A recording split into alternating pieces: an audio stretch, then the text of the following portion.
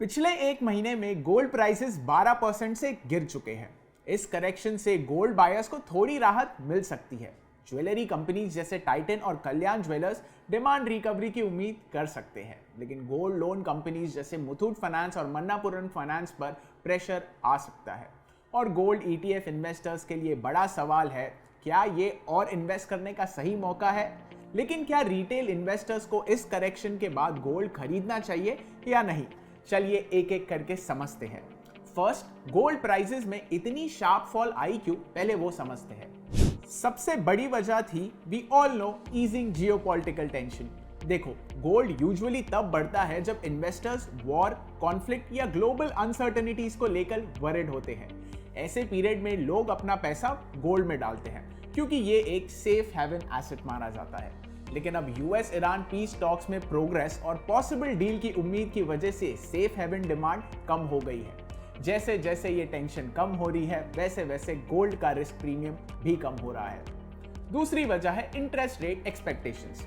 इस साल before the war सबको लग रहा था इंटरेस्ट रेट्स कट होंगे, लेकिन पोस्ट वॉर बढ़ती इन्फ्लेशन को काउंटर करने के लिए अब इन्वेस्टर्स रेट हाइक एक्सपेक्ट कर रहे हैं। और गोल्ड एक नॉन यील्डिंग एसेट है, मतलब गोल्ड इंटरेस्ट या डिविडेंड नहीं देता। तो जब इन्वेस्टर्स को लगता है कि इंटरेस्ट रेट्स हाई रहेंगे या और बढ़ेंगे, तो बॉन्ड्स जैसे इंटरेस्ट अर्निंग एसेट्स के कंपैरिजन में कम अट्रैक्टिव हो जाता है।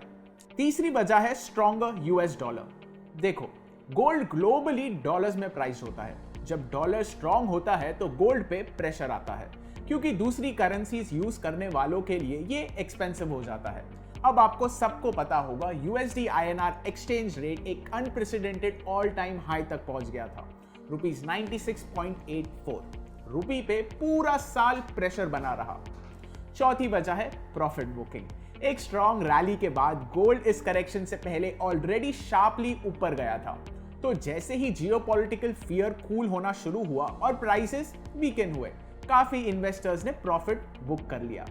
तो ओवरऑल देखा जाए तो ये करंट फॉल मेनली 4 फैक्टर्स के मिक्स है। सबसे पहला, ईजिंग जियोपॉलिटिकल टेंशन, दूसरा स्ट्रॉन्गर डॉलर, तीसरा इंटरेस्ट रेट वरीज और चौथा स्ट्रॉन्गर रैली के बाद प्रॉफिट बुकिंग। अब समझते हैं ज्वेलरी कंपनीज पे गोल्ड प्राइसेस का शार्प राइज भी असर डालता है और शार्प फॉल भी। चलिए समझते हैं। अगर गोल्ड प्राइसेस शार्पली राइज करते हैं, पहला इंपैक्ट ये होता है कि रिटेल बायर्स अपनी परचेजेस पोस्टपोन कर देते हैं। लोग अल्ट्रा लाइट वेट डिजाइन की तरफ शिफ्ट करते हैं या 18 कैरेट या 14 कैरेट गोल्ड की तरफ मूव करते हैं। इसीलिए ज्वेलर्स का वॉल्यूम अफेक्ट होता है, लेकिन वैल्यू बढ़ जाती है क्योंकि गोल्ड की हाई प्राइसेस की वजह से बेची गई ज्वेलरी की एब्सोल्यूट वैल्यू ऊपर चली जाती है। इसी वजह से गोल्ड प्राइसेस एलिवेटेड होने के बावजूद कल्याण ज्वेलर्स जैसी कंपनी रीसेंट क्वार्टर में अपना मार्जिन एक्सपांड कर सकी। अब अगर गोल्ड प्राइसेस शार्पली गिरते हैं तो सबसे बड़ा बेनिफिट ये है कि कंज्यूमर हेजिटेशन कंप्लीटली खत्म हो जाती है। शोरूम्स में फुटफॉल इंस्टेंटली स्पाइक करने लगते हैं। लेकिन कंपनी के पर्सपेक्टिव से देखो, लार्जर ज्वेलरी कंपनी शोरूम में मैसिव क्वांटिटीज में गोल्ड इन्वेंट्री रखते हैं। जैसे अगर टाइटन ने गोल्ड इन्वेंट्री पीक पे बाय किया होगा और प्राइसेस सडनली 20% गिर जाए, तो उनके शोरूम्स में रखी स्टॉक की वैल्यूएशन इंस्टेंटली डेप्रिशिएट हो जाती है, जो उनके शॉर्ट टर्म एबिटा मार्जिन्स को कंप्रेस कर सकती है। इन्वेस्टर्स को गोल्ड प्राइस के अलावा ये भी देखना चाहिए, स्टोर फुटफॉल इंप्रूव हो रहा है या नहीं, वेडिंग डिमांड बढ़ रही है या नहीं, और कंपनीज प्राइस वोलेटिलिटी के बावजूद मार्जिन्स मेंटेन कर पा रहे हैं या नहीं। गोल्ड लोन कंपनीज के लिए इसका असर नेगेटिव होता है जब प्राइसेस गिरते हैं। गोल्ड लोन एनबीएफसीज गिरवी रखे गए गोल्ड के अगेंस्ट लोन देते हैं। जब गोल्ड प्राइसेस हाई होते हैं तो कोलैटरल की वैल्यू स्ट्रांग होती है, जिससे मुथूट फाइनेंस और मन्नापुरम फाइनेंस जैसे लेंडर्स को कंफर्ट मिलता है। लेकिन जब गोल्ड प्राइसेस शार्पली गिरते हैं तो प्लेज्ड गोल्ड की वैल्यू भी गिर जाती है, जो इन लेंडिंग कंपनीज के लिए रिस्क बढ़ा देती है।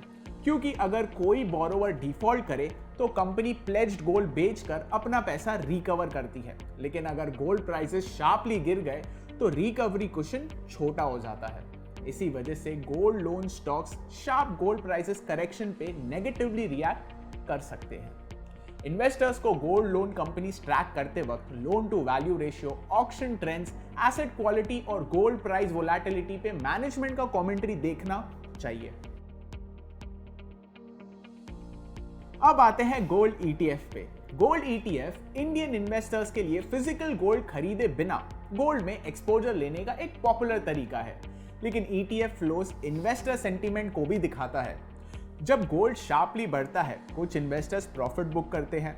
जब गोल्ड गिरता है तो लॉन्ग टर्म इन्वेस्टर्स करेक्शन का यूज करके ग्रेजुअली और ईटीएफ ऐड कर सकते हैं। तो इस 12% फॉल के बाद गोल्ड ईटीएफ फ्लो एक इंपॉर्टेंट सिग्नल बनेगा। अब अगर इनफ्लोज भी बढ़ते हैं, इसका मतलब इन्वेस्टर्स करेक्शन यूज करके गोल्ड अक्यूमुलेट कर रहे हैं। अगर आउटफ्लो कंटिन्यू होता है, इसका मतलब इन्वेस्टर्स वरिड है कि गोल्ड और गिर सकता है।